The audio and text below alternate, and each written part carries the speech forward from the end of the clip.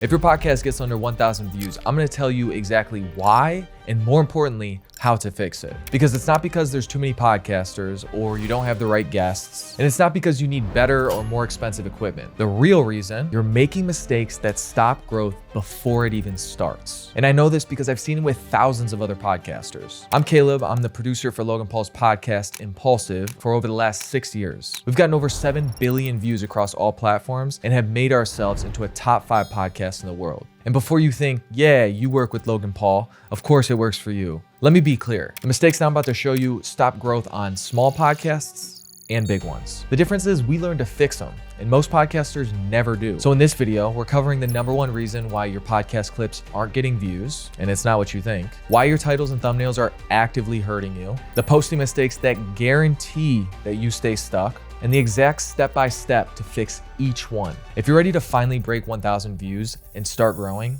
lock in. The real problem is that you're treating podcasts like it's 2020. Here's what most podcasters do. They record a podcast for an hour, clip up a couple random moments, and post whenever they feel like it, and they wonder why nobody's watching. That doesn't work anymore. Podcasts aren't just audio shows. They're video content businesses. And if you're still treating your content like a radio show that hopefully people are just gonna stumble across and actually find enthralling, then you're gonna stay stuck at 200 views. The podcasters getting millions of views understand something that you don't. Your episode isn't your marketing, your clips are.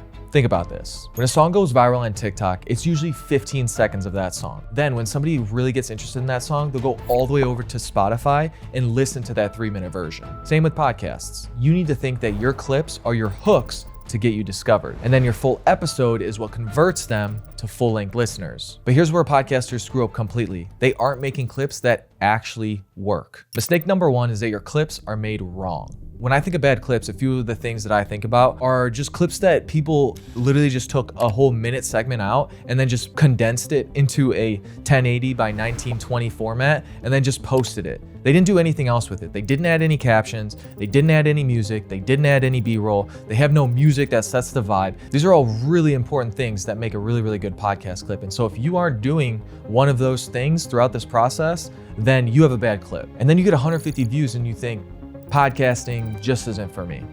Wrong.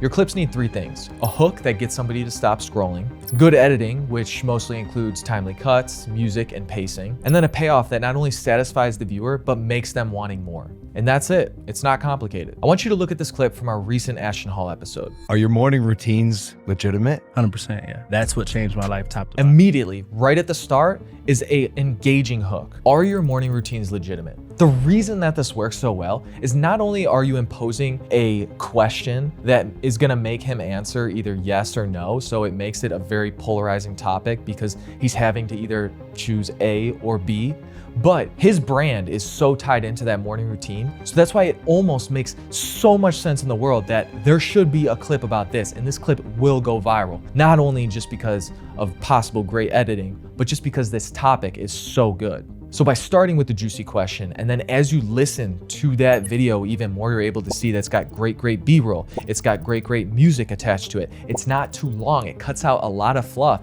and it keeps somebody going to all the way until the very end, which is the controversial payoff, which is him saying that he doesn't watch football. You know, that's basically the gist of what he's saying, which coming from a guy who has played football and grew up wanting to be a professional athlete, that seems a little bit weird. So it ends on a controversial payoff, which is perfect. It leaves the audience wanting to comment and actually share it with their friend, maybe just being like, oh, this guy, you know, he's wrong about this. Like he's just chatting, whatever. But nonetheless, it's a really controversial payoff, getting somebody to comment, getting somebody to share. No wasted time, no boring transitions, just value given fast. But even if you nail formatting, you're still gonna fail unless you understand this next thing. Mistake #2 is that your clips have weak hooks or no hooks at all. This is the one most people can't get right. They don't understand that you literally have 2 seconds to hook somebody, maybe 3 if you're lucky. Nowadays, that's literally how much time that you have until somebody scrolls away. And most podcasters completely waste those 2 seconds. They'll start clips by saying, so in today's episode, or hey guys, welcome back, or start it with boring context that nobody cares about. By the time that you actually get to the most interesting part, they're gone. So here's what works. Start with the good part, not the boring setup. Lead with something shocking, crazy, or interesting. Make people think, wait, what? Within the first 2 seconds. Let me show you the difference. So today we're talking about morning routines and why they matter for productivity. And then as we go to the good hook, you have, I wake up at 4 a.m. every single day and people think I'm insane. You see the difference, right? The first one's boring and the second one is fascinating, gets somebody intrigued to actually want to listen more. It makes you think, wait, what is this person doing waking up at 4 a.m.? Are they insane? I have to watch the rest of this video to see what they end up saying. So start with the interesting part, not the setup, not the context, the good part. But it's important to know, even if you nail your clips, you're still gonna struggle if your packaging sucks. And that's why mistake number 3 is that your titles and thumbnails are killing you. Let's start off with thumbnails because that's where most podcasters are completely blowing it. And I know this is harsh, but somebody needs to tell you this. Your thumbnail is the billboard for your content. If it doesn't stop people from scrolling, they won't click, no matter how good the content is. When I think of a lot of bad thumbnails, I think ones where they have their hand in front of their face and maybe like too much in front of their face. That's not good. Maybe thumbnails aren't really using vibrant colors. They're using colors that aren't complementary colors. They're using like dark on dark, so nothing's standing out. Maybe they have too much words, because there's this one thread that I really got fascinated with. And there was this one guy saying 2 best things when it comes to your thumbnail. You wanna make sure that first off, you don't have too many things that you're kind of looking at and trying to have the viewer gaze their view upon. So the best way I can describe this is with Impulsive, we have guest on one side, Logan on the other, and something in the middle. And then we have the text box of the name of the person at the bottom. It's basically 3 to 4 different things to get that person to look at, okay? You don't want more than 4, okay? Ideally, you don't really want more than 3. And one of the mistakes that I've seen a lot of people make is they're putting too many words within the thumbnail and starting to confuse the viewer. Make it sleek, make it simple, and don't overthink it. Your thumbnail should be mostly visual and then maybe a little bit of text to help push it to that extra step. And then the other thing that I was kind of taught is when you're making your thumbnail, or you're having somebody make your thumbnail, I want you to look at it and scroll out really far. I mean, scroll out like this is how I do it for the Mac, but scroll out really far and see what your thumbnail looks like from a distance, because that's usually what it's gonna look like on mobile. And so if you're able to get the point across from a really, really small icon, it's gonna look so much better when it's a big icon. But you wanna make sure that it's got the small icon, it looks really good as a small icon. So then you can actually get views on mobile, and then, you know, even obviously get views on the desktop and so on. And to be honest, when I think of bad thumbnails, no shots at them, not at all, but I think of Theo Von, I think of Joe Rogan, and then just the other day I saw Barack Obama, he posted a podcast. And I looked at all 3 of their thumbnails and I was like, this isn't optimizing for what it could be, what they are actually talking about on the podcast. I mean, Joe Rogan's thumbnails don't even have him in there, and he's one of the most known faces in podcasting of all time. So unless you're a podcast that's got billions and billions of views already in the bank, you should probably be utilizing a lot more of these steps that I've talked about, and maybe not go and look like a Joe Rogan or a Theo Von thumbnail. So let me explain a little bit more of exactly how it works. Thumbnail psychology. Your thumbnail really needs 3 things. Number 1 is that colors that pop. With Impulsive, we like to go with a very, very bright yellow and a very, very bright blue. Okay, not baby blue, but like it's still pretty vibrant. You want something that's vibrant, you want those complementary colors, and you want something that's gonna stand out from the rest. You're gonna wanna also make sure that you do expressive faces. Boring faces aren't gonna work for the thumbnail, okay? I'm not saying you gotta go overboard like how Mr. Beast sometimes does for his thumbnails, but you gotta get somebody at least somewhat intrigued to click on the episode. And finally, just a nice clean layout. I already talked a little bit about how we have at Impulsive, we have the guest on the left side, and then Logan on the right side, and then kind of like the 3 things that they talked about in the middle, and then the guest name under it. You can do a model like that, or you can do a little bit of a different variation, but that tends to work the best because it's a simple and clean layout that gets the point across that it's a podcast. And that's it. Stop overthinking it. Now let's talk about titles, because even the best thumbnail can't save you if you don't have a good title. Now, I know it might be seeming like I'm harping on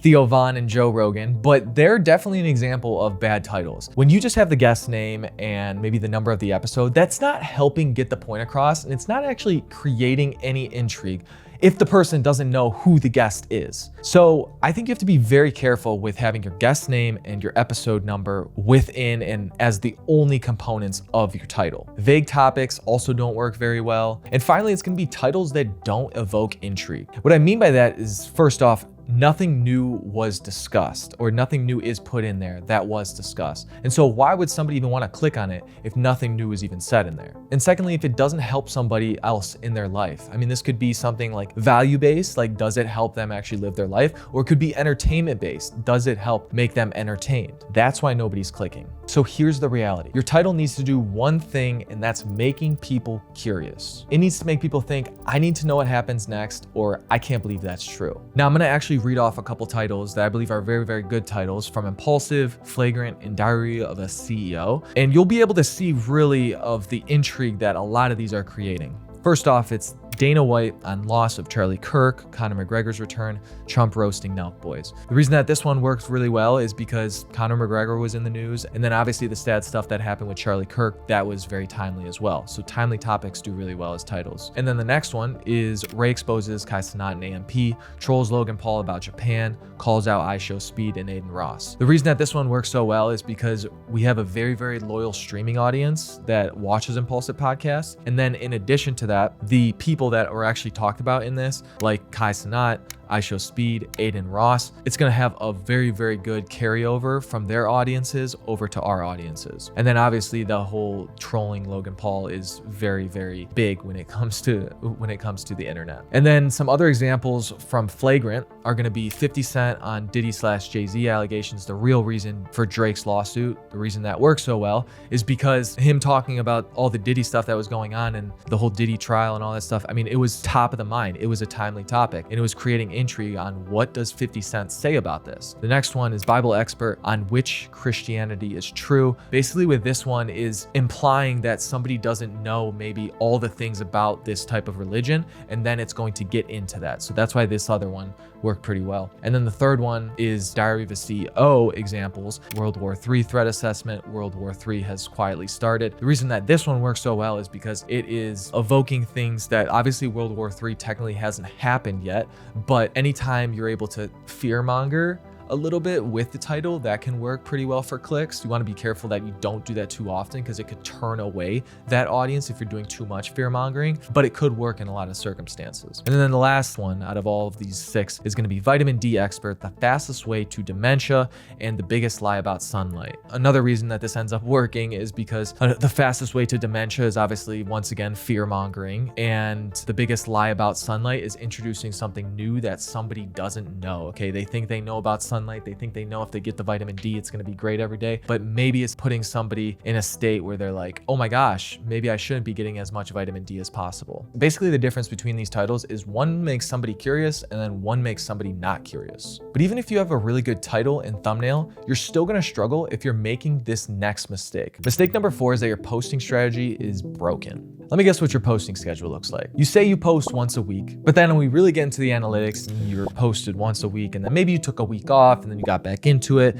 and then maybe you actually posted the following week, but then you took a week off and you weren't really that consistent. Or maybe you don't have enough content to post. A lot of the time that really just means you need to be better at finding clips or actually manufacturing clips, or maybe you don't have the time to make all of those clips and you need to hire an editor. Or maybe you're looking at your competition and you see, oh, they didn't post today, so I don't have to post today. No, that's not a good way of looking at things. The issue that I have with a lot of these podcasts, especially ones that are just starting out, is you're literally, think about this. You are wasting your own time by not posting enough. Think about this. By you not posting enough, it's not making you viral, and so it's not incentivizing you to want to continue to make content, which if you want to make it your full-time job, great. You should go all in and you should go for it. But if you're just like half-assing it, it's going to take you longer to reach your goal. So why are you prolonging that process? And that's why you're stuck at 500 views. The old cliche of consistency beats talent every single time is true. Did you know 47% of podcasts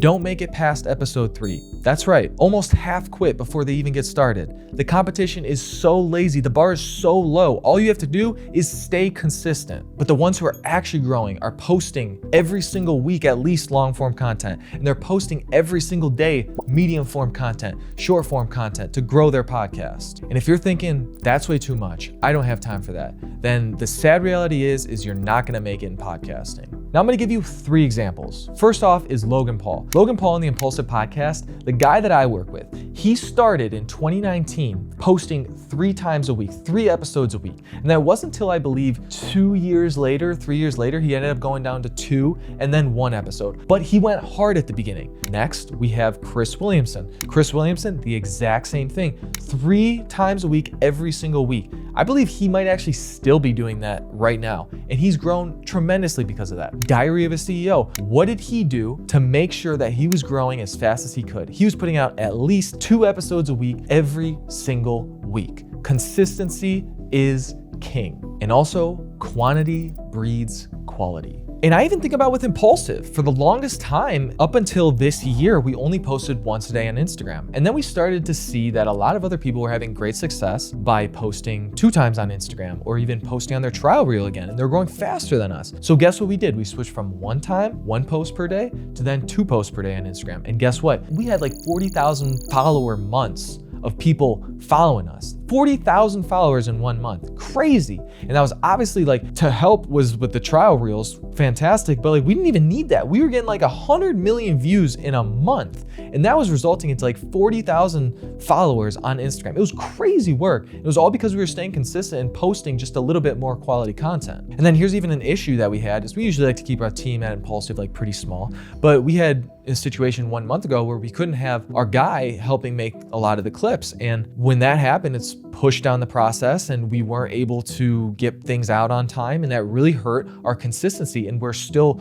just starting to kind of make up a little bit of that lost consistency and that lost momentum that we had. And it's just so important that you maintain consistency, that you have the right systems in place to have consistency. You need to be consistent, not only for the algorithm's sake, but because it's what your audience actually begs for. Think about it, they come week in and week out and they want to see quality content. They want to see your content. They subscribe to you, they follow to you. So the least that you could do is continue to put out good content for them. And this is the thing, you're not gonna nail it on your first clip or your first podcast. You might not even nail it on your 10th clip or your 10th podcast, but you might get some fucking solid momentum when you hit that 100th podcast. And then I'll tell you what, when you hit that 1,000th clip, you're gonna be looking back and you're gonna be like, holy shit, that used to be what the clips look like. Or you're gonna look back and be like, oh my God, that's what the podcast used to look like.